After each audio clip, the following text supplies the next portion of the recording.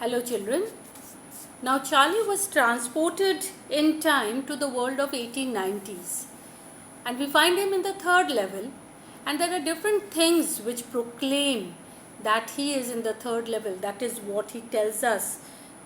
The way the man in the booth was dressed up, the booth itself was old fashioned, made up of wood. The ticket windows, the ticket counters were smaller in size, and the light, it was gas light, not electric light. It was flickering gas light. Now I'll continue from there. There were brass spittoons in the floor, and across the station a glint of light caught my eye. A man was pulling a gold watch from his vest pocket. So there were brass spittoons. Now brass spittoons are containers to spit.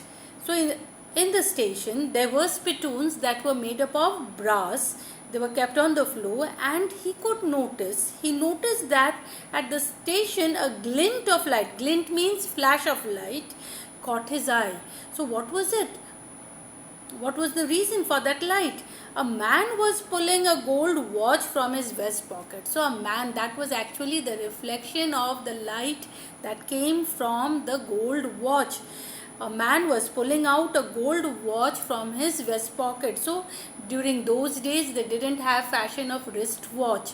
People would wear pocket watches, and this pocket watch was made up of gold. He snapped open the cover, glanced at his watch, and found it would have a cover, and people who would use it, they would open the cover and then see the time and then again close it and keep it inside the pocket. He snapped open the cover, glanced at his watch, and frowned. He wore a derby hat. Now see overall the trend that we are getting, the way people got dressed up. First of all, we got the description of the watch. Now we are getting, the man was wearing a derby hat, a black 4-button suit with tiny lapels. Now what do you mean by lapels? Lapels are the folds that you get in the coat from the collar to the chest, up to the chest.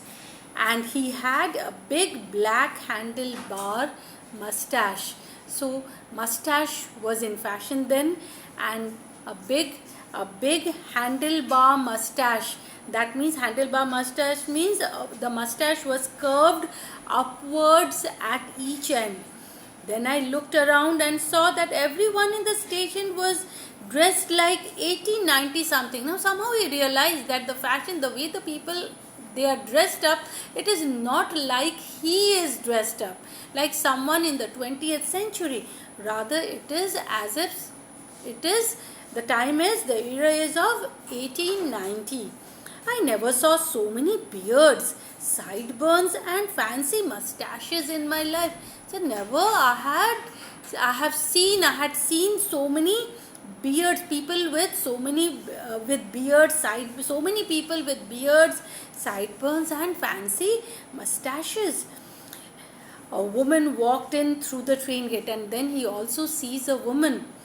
She wore a dress with leg of mutton sleeves. She was wearing a dress that had legs of mutton sleeves. Mutton sleeves, children, it is actually at the top. You will find that it is loose, but at the bottom it is tight.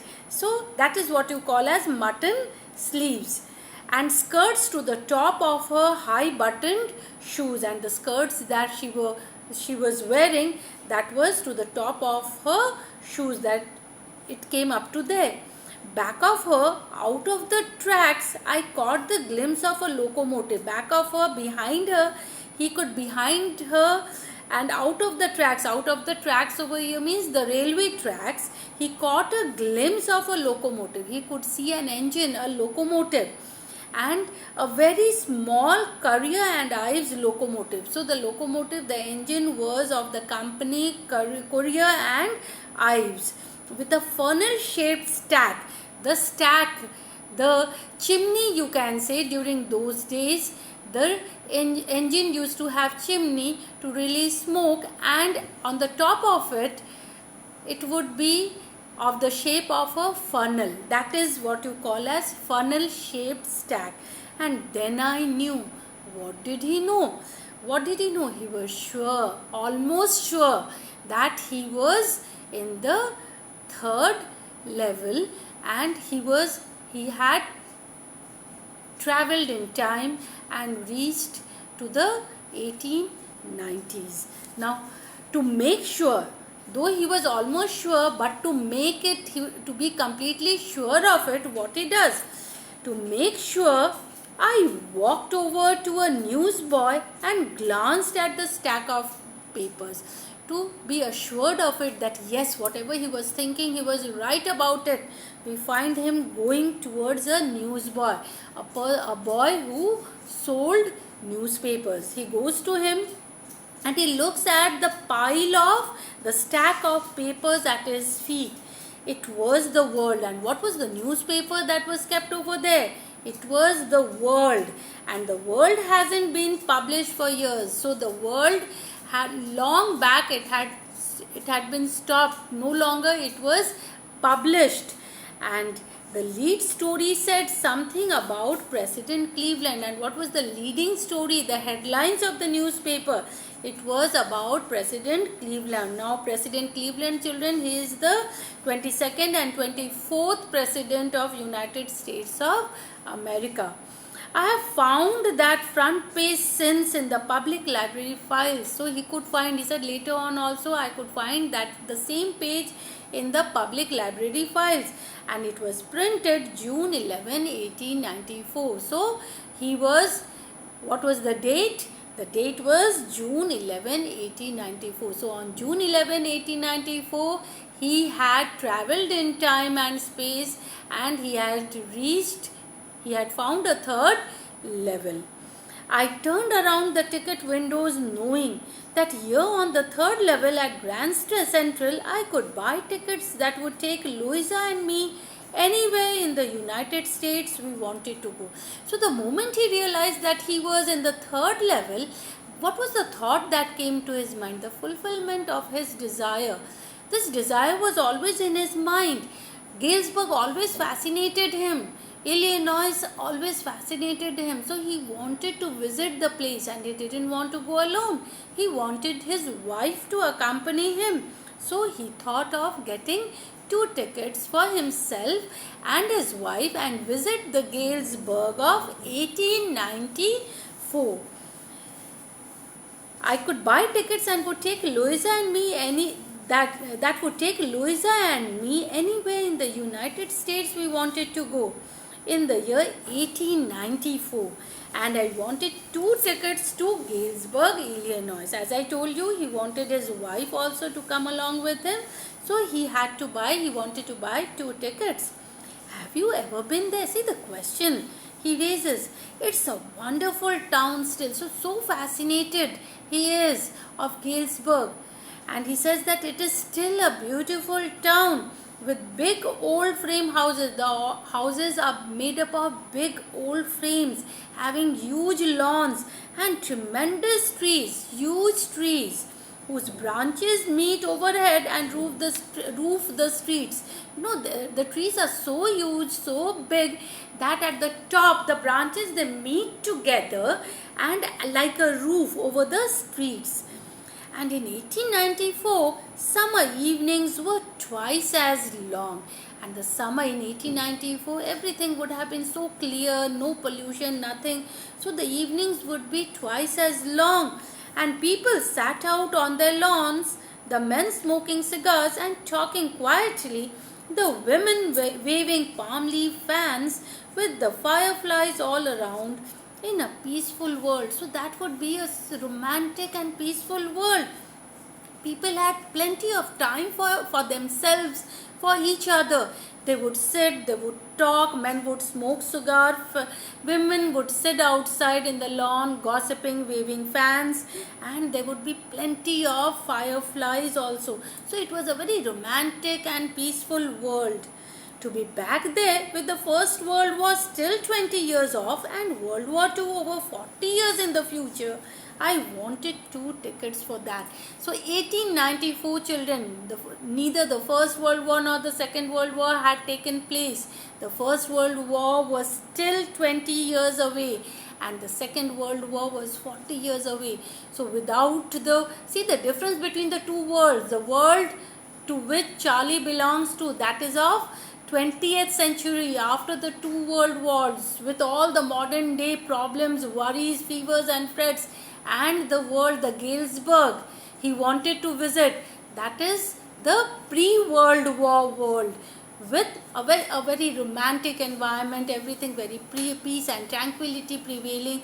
So he wanted to visit that Galesburg along with his wife Louisa. The clerk, now he goes to the ticket counter to get the ticket. The clerk figured the fare. The clerk figured the fare means the clerk calculated the fare. He glanced at my fancy hat band, but he figured that he was glancing, he was staring at his hat band. Obviously, he was dressed up as the 20th century, as a 20th century person. So the man over there was of 1894 and he was staring at him, but still he figured the fare, he calculated the fare, and I had enough for two coach tickets. He had enough money with the help of which he could buy 2 tickets, one way tickets he could buy at least. But when I counted out the money and looked up, the clerk was staring at me. He took out the money from his pocket and he was counting, and while he was counting, the clerk at the counter, he was glaring, he was giving a glaring look at him. He nodded at the bills. "That's ain't money, mister," he said, "and if you are trying to skin me, you won't get very far." So he said that isn't money. And if you are trying to skin me, if you are trying to cheat me, deceive me, you cannot run away, you cannot get far, you cannot run away from me. So children, it can easily be imagined by you, the currency in 1894 and the currency in the 20th century were different, and the dollars were almost, in 1894, were almost, you can say, double the size that was available in the 20th century. And he glanced at the cash drawer beside him, and Charlie, he glanced at the cash drawer beside the clerk. Of course, the money was old style bills. Obviously, he was in 1894 and the money was old style. Half again as big as the money we use nowadays. As I told you, it was almost double the size. The money that was used in the 20th century was half the size of the 19th century of 1890s, and different looking. Obviously, the look was also different. I turned away and got out fast. He turned away, he moved away from there, he hurried away from there. Why? There's nothing nice about jail even in 1894. So a slight humor we get over here, that jail, whether it is in the 1890s or in the 20th century, jail after all is a jail. And hence we find that Charlie, he runs away from, moves away from there. Okay, for today till here. So rest of it we'll finish it off tomorrow. Have a nice day.